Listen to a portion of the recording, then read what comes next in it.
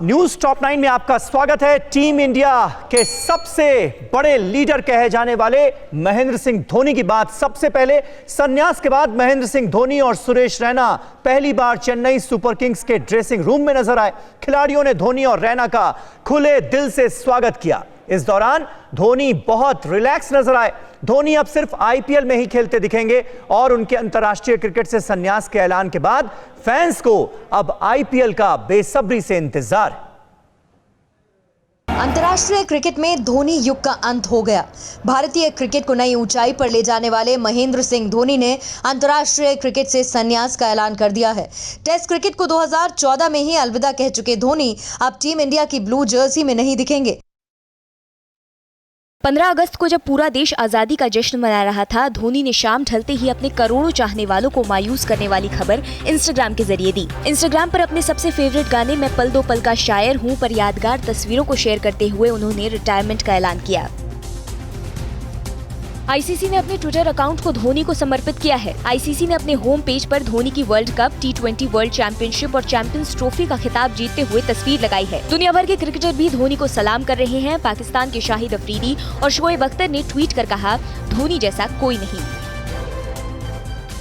धोनी के अचानक अंतर्राष्ट्रीय क्रिकेट को अलविदा कहने के बाद अब उनके लिए फेयरवेल मैच की मांग तेज हो गई है। झारखंड के मुख्यमंत्री हेमंत सोरेन ने बीसीसीआई से रांची में धोनी के लिए फेयरवेल मैच के आयोजन की अपील की है। सोरेन ने कहा कि अब हम सब धोनी को देश की नीली जर्सी पहने नहीं देख पाएंगे, लेकिन देशवासियों का दिल अभी भरा नहीं है।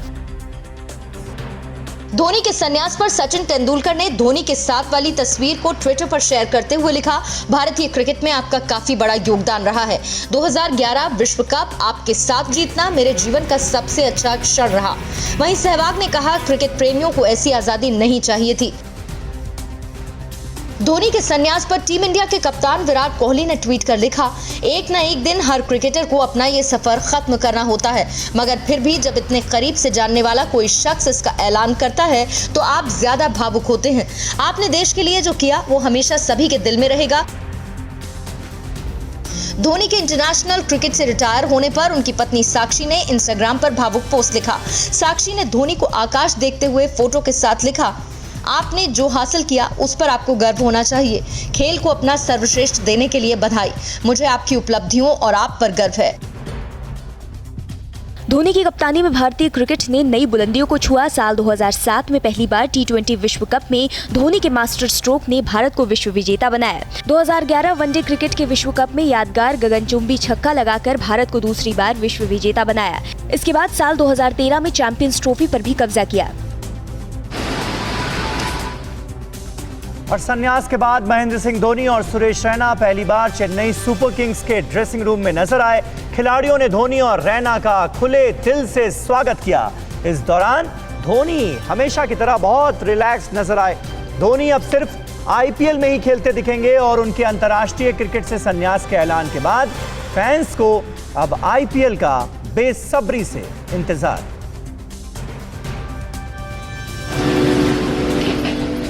खबरें भारत चीन तनाव से जुड़ी। चीन ने तिब्बत में क्यों बढ़ाई सैन्य ताकत, पहाड़ों पर चीन ने लगाई तोप। वहीं जो बाइडेन ने खुलकर किया भारत का समर्थन। भारत चीन तनाव से जुड़ी 9 बड़ी खबरें देखते हैं टॉप 9 भारत चीन टकराव। लद्दाख में एलएसी पर भारत और चीन के बीच तनाव को लेकर अमेरिका के डेमोक्रेटिक पार्टी के राष्ट्रपति पद के उम्मीदवार जो बिडेन ने बड़ा बयान दिया। बिडेन ने कहा कि अगर वो राष्ट्रपति चुने गए तो चीन के साथ टकराव में वो भारत के साथ खड़े होकर उनका मजबूती से समर्थन करेंगे। उन्होंने कहा कि भारत और अमेरिका के मजबूत गठबंधन से दुनिया और ज्यादा सुरक्षित होगी।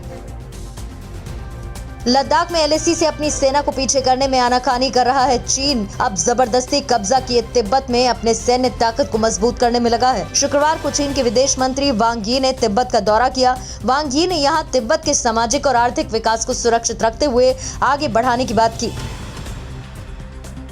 भारत के साथ तनाव और दुनिया में अपनी सीनाजोरी को लेकर घिरता चीन लगातार प्रोपेगेंडा वीडियो के जरिए अपनी ताकत दिखा रहा है। चीन ने पीपल्स लिबरेशन आर्मी की 77वीं कोर के सैन्य अभ्यास का वीडियो जारी किया है। इस अभ्यास में पीएलए के जवान पहाड़ी इलाकों में इस्तेमाल की जाने वाली माउंटेड होविजर व्हीकल का इस्तेमाल किया है। वीडियो जुलाई के आखिरी हफ्ते का है। भारत सरकार की इंपोर्ट नीति पर सख्ती का चीनी कंपनियों पर असर दिखना शुरू हो चुका है। स्मार्टफोन बनाने वाली Xiaomi और Oppo जैसी कंपनियों को क्वालिटी कंट्रोल एजेंसी से अप्रूवल मिलने में देरी का सामना करना पड़ रहा है। ब्यूरो ऑफ इंडियन स्टैंडर्ड जल्द एक पॉलिसी जारी करेगी जिससे चीन खराब क्वालिटी का सामान भारत नहीं भेज पाएगा। लद्दाख में भारत चीन टकराव के बीच बीजिंग में भारतीय राजदूत विक्रम मिस्री ने कहा है कि भारतीय चीन के साथ अपने देश में दोहरी चुनौतियों का सामना कर रहे हैं। एक तरफ जहां वो कोरोना महामारी से जूझ रहे हैं तो दूसरी तरफ सीमा पर अतिक्रमण से। उन्होंने आगे की चुनौतियों का मुकाबला करने के लिए नागरिकों को एकजुट होने की बात की। ताइवान को लेकर अमेरिका और चीन में जंग जैसे हालात बढ़ने की आशंका बढ़ गई है। अमेरिका ने ताइवान को F-16 लड़ाकू विमान बेचने की डील पर मुहर लगा दी है। ताइवान को 90 F-16 लड़ाकू विमान मिलेंगे। ये सौदा करीब 10 साल में पूरा होगा। इस सौदे के बाद ताइवान को लेकर अमेरिका और चीन के बीच तनाव काफी बढ़ गया है। हाल ही में अमेरिका के स्वास्थ्य मंत्री ताइवान के दौरे पर गए थे। ताइवान और अमेरिकी गठजोड़ से बौखलाया चीन ताइवान पर हमले की साजिश रच रहा है। चीन की पीपल्स लिबरेशन आर्मी ताइवान के उत्तरी और पश्चिमी छोर पर लगातार सैन्य अभ्यास कर रही है। चीन ने ताइवान स्टेट के पास अपने पानी और जमीन पर चलने में सक्षम युद्धपोतों और फाइटर जेट की तैनाती की है। ताइवान के तट पर चीन ने करीब 40,000 सैनिकों की तैनाती कर दी। दक्षिण चीन सागर में अमेरिका और चीन के बीच हर दिन तनाव बढ़ता जा रहा है। अमेरिकी नेवी एयरक्राफ्ट ने दक्षिण चीन सागर में बड़े पैमाने पर सैन्य अभ्यास किया। ताइवान पर चीन की ओर से मंडराते खतरे को देखते हुए अमेरिका ने एयरक्राफ्ट कैरियर रोनाल्ड रीगन को भेजा है। अमेरिका दक्षिण चीन सागर पर चीन के दावे का विरोध करता आया है। ताइवान को हथियार देने और दक्षिण चीन सागर में अमेरिका के सैन्य अभ्यास को लेकर चीन ने कड़ा विरोध जताया है। चीन ने कहा कि अमेरिकी एयरक्राफ्ट कैरियर जितना ज्यादा दक्षिण चीन सागर में आकर चीन पर दबाव बनाते हैं, PLA को उनके खिलाफ तैयार करने में उतना ही प्रेरित करेगा। एक बार युद्ध शुरू होने के बाद ऐसे एयरक्राफ्ट कमजोर लक्ष्य बनने की संभावना है। और यूपी में फिर एक बेटी के साथ दरिंदगी की सारी हदें पार कर दी गईं। इस बीच सुदीक्षा की बाइक को टक्कर मारने वाले गिरफ्तार कर लिए गए। इधर कुदरत का कहर जारी है। लैंडस्लाइड से नेपाल में 19 लोग दब गए, जबकि आगरा एक्सप्रेसवे पर 3 लोग बस में जिंदा जल गए। राष्ट्रीय खबरों पर एक नजर डालते हैं न्यूज टॉप 9 राष्ट्र में। लखीमपुर खीरी में रेप के बाद एक नाबालिग की हत्या कर दी गई। बताया जा रहा है कि दरिंदों ने रेप के बाद पीड़िता की आंखें फोड़ने और जीभ काटने के बाद गला दबाकर हत्या कर दी। पुलिस ने मामले को दबाने की कोशिश की, लेकिन तनाव बढ़ने के बाद संजय समेत 3 आरोपियों को गिरफ्तार कर लिया गया, जिन पर SC/ST एक्ट के तहत कार्रवाई होगी। बुलंदशहर में हुई सुदीक्षा की मौत के मामले में आरोपी दीपक सोलंकी और राजू को गिरफ्तार कर लिया गया है। दीपक सोलंकी ने ही बुलेट से सुदीक्षा की बाइक को टक्कर मारी थी। दोनों आरोपियों की पहचान CCTV फुटेज के आधार पर की गई। आरोपियों का सुराग देने वालों को 20,000 रुपए का इनाम देने की घोषणा की गई थी। बेंगलुरु को हिंसा की आग में झोंकने वालों के खिलाफ कार्रवाई जारी है। पुलिस ने 35 और लोगों को गिरफ्तार किया है। इन सभी पर 11 अगस्त को हिंसा, आगजनी और तोड़फोड़ का आरोप है।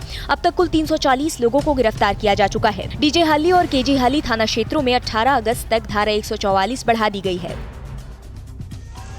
नेपाल पर कुदरत का कहर जारी है। भूस्खलन से 19 लोगों की मौत हो गई, जबकि 27 लोग लापता हैं। आपदा में 150 परिवार विस्थापित हुए हैं। राहत और बचाव कार्य में नेपाली सेना जुटी है। घायलों को हेलीकॉप्टर से रेस्क्यू किया गया है। कई और अब भी मलबे में फंसे हैं, जिनकी तलाश जारी है। कोविड महामारी को लेकर अच्छी खबर है। दुनिया के मुकाबले भारत में 2% की दर से मृत्यु दर घट रहा है। स्वास्थ्य विभाग के मुताबिक 23 दिन में अमेरिका में 50,000 लोगों की मौत हुई, जबकि इतनी ही मौतें ब्राजील में 95 और मेक्सिको में 141 दिनों में हुई, जबकि भारत में 156 दिन लगे। IMA ने कहा कि 15 अगस्त को 7,46,608 टेस्ट किए गए। प्रगतिशील समाजवादी पार्टी प्रमुख शिवपाल सिंह ने 2022 विधानसभा चुनाव को लेकर बड़ा बयान दिया है। अपने भतीजे अखिलेश यादव की तरफ इशारा करते हुए उन्होंने कहा कि वो 2022 की लड़ाई के लिए त्याग करने को तैयार हैं। कि सभी समाजवादी फिर से एक हो जाएं। इसके लिए हमने तो पूरा त्याग करने के लिए कह ही दिया है। आगरा लखनऊ एक्सप्रेसवे पर हुए भीषण सड़क हादसे में एक युवक जिंदा जल गया। दुर्घटना में 3 यात्री गंभीर रूप से झुलस गए। डबल डेकर बस बिहार से गुजरात जा रही थी। इसी दौरान नसीरपुर के पास डिवाइडर से टकराने के बाद उसमें आग लग गई। कई यात्रियों की जान बचाई गई। हादसा इतना जबरदस्त था कि पूरी बस खाक हो गई।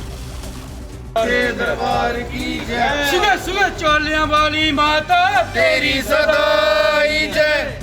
5 महीने बाद माता वैष्णो का दरबार जयकारों से फिर गूंज उठा। हालांकि कुल 2000 यात्री ही हफ्ते में दर्शन कर पाएंगे, जिनमें जम्मू के बाहर के 100 श्रद्धालु ही होंगे। मास्क, फेस कवर पहनना अनिवार्य होगा। 10 से कम और 60 से अधिक उम्र के लोगों को यात्रा से बचने की सलाह दी गई है। कोरोना की वजह से 18 मार्च से यात्रा बंद थी।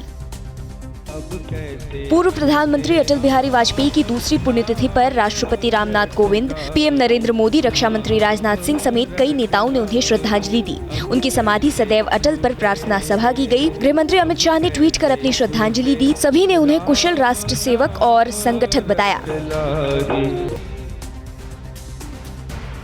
और सुशांत सिंह राजपूत के वकील ने अब क्या सवाल खड़े किए हैं? क्यों सुशांत का बॉलीवुड करियर खतरे में था? महाराष्ट्र को देश की कोविड राजधानी किसने कहा? महाराष्ट्र और मुंबई में कोरोना के कितने केस? मुंबई की 9 सबसे बड़ी खबरों पर अब एक नजर।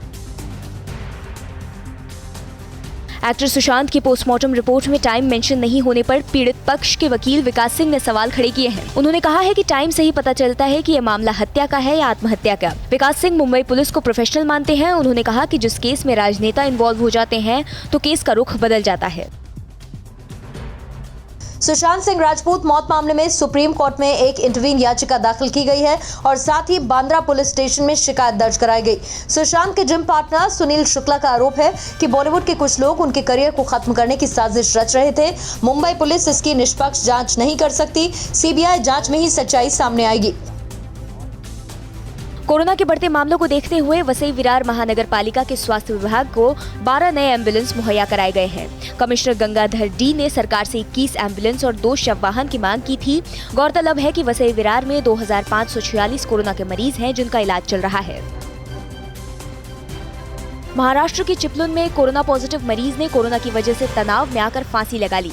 बताया जा रहा है कि मृतक अंबादास गांव का रहने वाला था।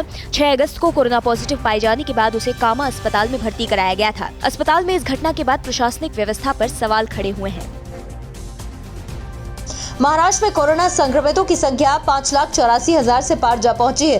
कल राज्य में कोरोना के 12,614 नए केस आए हैं। राज्य में एक्टिव मरीजों की कुल संख्या 1,56,000 से ज्यादा है। वहीं पूरे राज्य में अब तक करीब 20 लाख लोगों की मौत हो चुकी है। राज्य में रिकवरी रेट करीब 70% है। मुंबई में कोरोना से 7,086 मौतें हो चुकी हैं। कल 24 घंटे के भीतर 48 मौत हुई और 1,254 नए मामले सामने आए। मुंबई में कोरोना संक्रमितों की कुल संख्या 1,27,000 से ज्यादा हो चुकी है। राहत की बात यह है कि अब 17,581 एक्टिव केस हैं। महाराष्ट्र के पूर्व मुख्यमंत्री और बीजेपी नेता देवेंद्र फडणवीस ने महाराष्ट्र को देश की कोविड राजधानी करार दिया। पुणे में कोविड केयर सेंटर का उद्घाटन करने पहुंचे फडणवीस ने कहा, हम कोई आरोप नहीं लगा रहे हैं। हम चाहते हैं कोरोना वायरस के प्रसार को काबू में किया जाए। देश में कुल मौतों में से 41% मौत महाराष्ट्र में हुई है। पूर्व मुख्यमंत्री ने कोविड जांच बढ़ाने की मांग की। मुंबई के पास कल्याण में बीजेपी विधायक और पुलिस इंस्पेक्टर के बीच जमकर नोकझोंक हुई। मामले ने जब तूल पकड़ा तो विधायक गणपत गायकवाड़ के खिलाफ एफआईआर दर्ज कर ली गई। दरअसल एक जमीन विवाद को लेकर शिकायत करने के लिए पहुंचे बीजेपी पार्षद मनोज राय और उनके बेटों को पुलिस ने लॉकअप में बंद कर दिया था। इसके बाद विधायक जी कोलसेबाड़ी थाने पहुंचे और पुलिस को जमकर खरी खोटी सुनाई। महाराष्ट्र के रहने वाले कैप्टन अमोल यादव ने अपने घर की छत पर ही 6 सीटर एयरक्राफ्ट तैयार कर डाला है। ये बाकायदा उड़ता है और अब इसने पहला टेस्ट भी पास कर लिया। 2 और टेस्ट पास करने के बाद ये प्लेन पूरी तरह से पक्का मान लिया जाएगा। इसे 2016 में मेक इन इंडिया के तहत प्रदर्शित भी किया जा चुका है। और पीएम मोदी पर एक बार फिर राहुल गांधी ने साधा है निशाना। झमाझम बारिश से एक बार फिर राजधानी दिल्ली की शक्ल और सूरत बदल गई। कहां बिल्डिंग गिरने से मचा हड़कंप और पूर्व राष्ट्रपति प्रणब मुखर्जी की सेहत से जुड़ी लेटेस्ट रिपोर्ट क्या है? दिल्ली और एनसीआर से जुड़ी 9 बड़ी खबरें देखते हैं टॉप 9 दिल्ली एनसीआर में। कांग्रेस नेता राहुल गांधी ने एक बार फिर प्रधानमंत्री पर निशाना साधा है। एक ट्वीट में उन्होंने कहा कि भारतीय सेना की क्षमता और पराक्रम पर सबको विश्वास है, केवल पीएम मोदी को छोड़कर। केंद्र की कमजोरी की वजह से चीन हमारी जमीन पर कब्जा कर रहा है। एक दिन पहले भी राहुल ने ट्वीट किया था कि केंद्र सरकार लद्दाख में चीनी इरादों का सामना करने से डर रही है। दिल्ली और आसपास के इलाकों में आज फिर मानसून की बारिश हुई। आज सुबह हुई इस बारिश की वजह से कई इलाकों में पानी भर गया। मौसम विभाग के अनुसार कई जगहों पर आंशिक बादल छाए रहेंगे, जबकि कुछ जगहों पर जोरदार बारिश की संभावना है। बारिश की वजह से उमस भरी गर्मी से लोगों को थोड़ी राहत मिली है। दिल्ली के हजरत निजामुद्दीन रेलवे स्टेशन से आरपीएफ ने 2 फर्जी रेलवे कर्मचारियों को गिरफ्तार किया, जिनके पास से रेलवे के फर्जी आईडी कार्ड भी बरामद किए गए। गिरफ्तारी पर रेलवे के डीसीपी हरिंदर सिंह ने कहा कि दोनों के पास से एक फर्जी आई कार्ड बरामद हुए हैं, जिनकी जांच जारी है। दिल्ली से सटे ग्रेटर नोएडा के सेक्टर 5 में मकान का छज्जा गिरने से एक बच्चा समेत 4 लोग मलबे में दब गए। मौके पर पहुंची पुलिस ने चारों घायलों को अस्पताल में भर्ती करवाया, जहां बच्चे की हालत गंभीर बनी हुई है। छज्जा गिरने से नीचे खड़ा एक ऑटो भी क्षतिग्रस्त हुआ। चश्मदीदों ने बताया कि बच्चे छत में पतंग उड़ा रहे थे, उसी समय छज्जा भरभरा कर नीचे गिर गया। पूर्व राष्ट्रपति प्रणब मुखर्जी की सेहत में फिलहाल कोई सुधार नहीं हुआ है। सेना के अस्पताल की ओर से जारी बुलेटिन में बताया गया है कि प्रणब मुखर्जी की स्थिति पहले की ही तरह बनी हुई है। वह अभी तक वेंटिलेटर सपोर्ट पर हैं। प्रणब मुखर्जी को 10 अगस्त को सेना के रिसर्च एंड रेफरल अस्पताल में भर्ती करवाया गया था। उनकी ब्रेन सर्जरी की गई थी। इससे पहले उनकी कोविड-19 जांच रिपोर्ट भी पॉजिटिव आई थी। दिल्ली के शाहबाद डेयरी इलाके में पुलिस ने एक हथियार तस्कर को गिरफ्तार किया, जिसके पास से 4 देसी पिस्टल और कई जिंदा कारतूस बरामद हुए। हथियार तस्कर मोहम्मद आजम की निशानदेही पर पुलिस ने मेरठ में उसके 3 ठिकानों पर छापेमारी की, जिसमें पिस्टल बनाने वाली लोहे और लकड़ी की प्लेट, 315 बोर पिस्टल की 31 नाल और बट वाली प्लेट बरामद हुई। दिल्ली में कोरोना महामारी की वजह से इस साल बाजारों में ग्राहकों की संख्या बहुत कम रही, जिससे हर साल के मुकाबले इस साल पतंग और झंडे की बिक्री में भारी कमी आई। दुकानदारों ने बताया कि ग्राहकों के बाजार में न आने की वजह से पतंग और झंडे की बिक्री में कमी आई है। राष्ट्रपति ने कोरोना महामारी के दौरान उल्लेखनीय काम करने वाले दिल्ली पुलिस की एसआई सुनीता मान समेत 3 पुलिसकर्मियों को कोरोना वॉरियर्स सम्मान से नवाजा। राष्ट्रपति भवन में आयोजित एट होम समारोह में सुनीता मान, हेड कांस्टेबल मनीष कुमार और जितेंद्र को सम्मानित किया गया। दिल्ली में कोरोना संक्रमण में कमी को देखते हुए हाईकोर्ट 1 सितंबर से अदालतों को खोलने की योजना बना रही है। हाईकोर्ट ने कहा कि पब्लिक ट्रांसपोर्ट की उपलब्धता और कोरोना की स्थिति को देखने के बाद ही फाइनल फैसला लिया जाएगा। फिलहाल 1 सितंबर से अदालतों को खोलने पर विचार चल रहा है। न्यूज़ टॉप 9 रोज सुबह 7 बजे और शाम 7 बजे सिर्फ TV9 भारतवर्ष पर।